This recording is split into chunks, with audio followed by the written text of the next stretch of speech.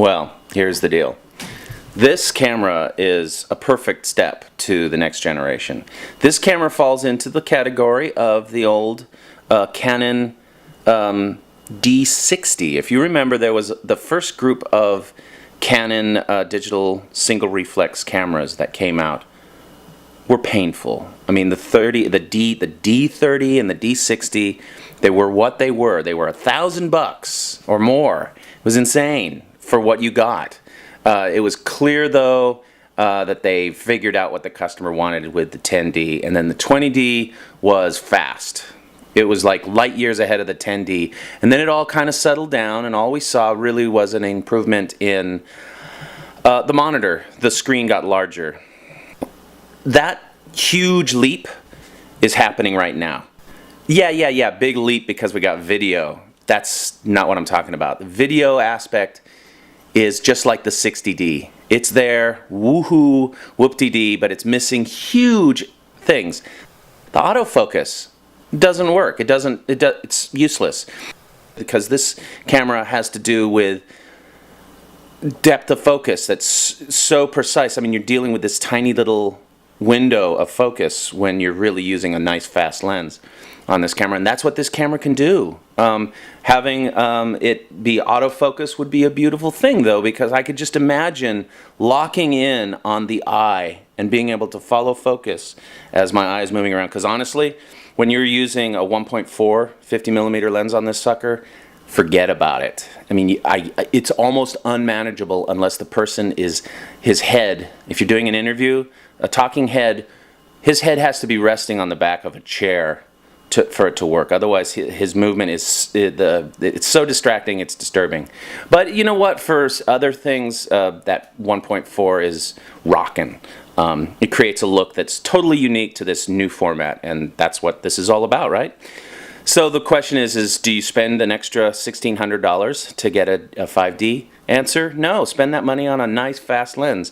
That lens, that beautiful L dedicated lens, will live with you for the rest of your life, and it will merge onto the next full frame generation of DSLRs that are coming. They're here, but they're slow, relatively speaking, because the speed curve is now in how it manages that the information that's coming in on that chip, first of all, is overheating that chip. I get 5 minutes. Right now in Dallas, it's 95 degrees outside, and the camera is lasting about 5 minutes before it starts to overheat.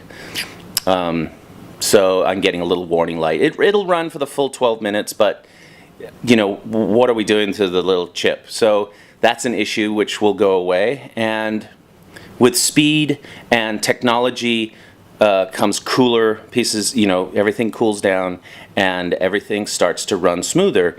The example is the iPhone G4 that's about to come out. We're literally, you know, a week away from that as I speak. What they have achieved is in the software and the firmware of the device is now such that it can manage multiple apps and use the same amount of energy in multiple apps as everything today is using in trying to run one application. That's an example of how technology, in more than just processor speed, is now able to deal with more. And what's wrong with this generation of cameras is the information is coming in and it's being scanned across that chip 60 times per second, and that is a lot of information to spread out over a chip that's this big. Because the biggest video cameras out there, the biggest chip is only a ½ inch. I mean, that's only that big. And now we're dealing with something that's 35mm or 32mm tall, and it has to scan across that entire plate. That is a big distance, and that's really what's going on with the old jellyfish thing that's happening right now, is just the amount of time it takes to get from the top to the bottom of the screen. And there's other artifacts that are going on with this chip that's completely related to the physics of what's going on in this camera, which has great opportunity for the future, and that's what we're talking about here. When the 10D version of this comes out, that's the time to buy. Yeah, there's no audio control. Who cares? That's a firmware issue. But really the biggest issue with this camera is literally it's going to overheat. It overheats. What can I say? That's a sign that that all of the parts aren't coming together. Not a big deal. Who cares? It overheats. $850. Who cares? It's your first step for getting, because right now nobody's seeing this type of depth of focus for $850, and it's here. It's today. It is a trend. It's going to be the look that will be standard. Everybody will have this look.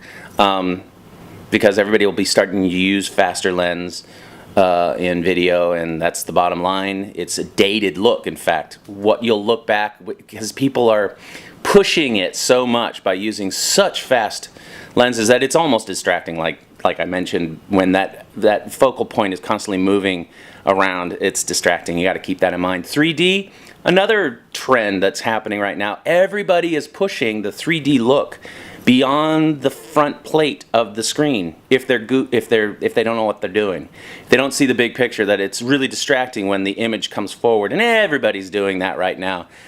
It's dumb, because it'll totally date your production, and you'll go back into post and you'll probably pull it back to the plate, because that's just where everybody's at. Ooh, let's push the image in front. Woo, look, it's 3D.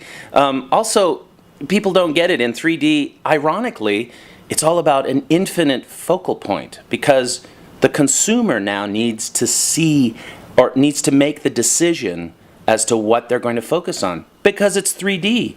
You have that choice. You get to look at objects in the background, and everything in the foreground goes out of focus because you are actually making it go out of focus.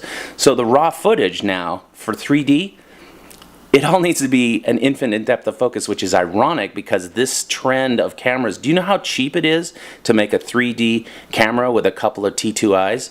Well, the good news is you only need a $50 lens. It's got a decent focal range for typical interview and talking head stuff, and shoot, run and gun kind of shooting. And it will make a great lens for 3D, actually, for when you want to build 3D. It would be good to start capturing in 3D, even if you don't have the software to put it together. It doesn't really matter.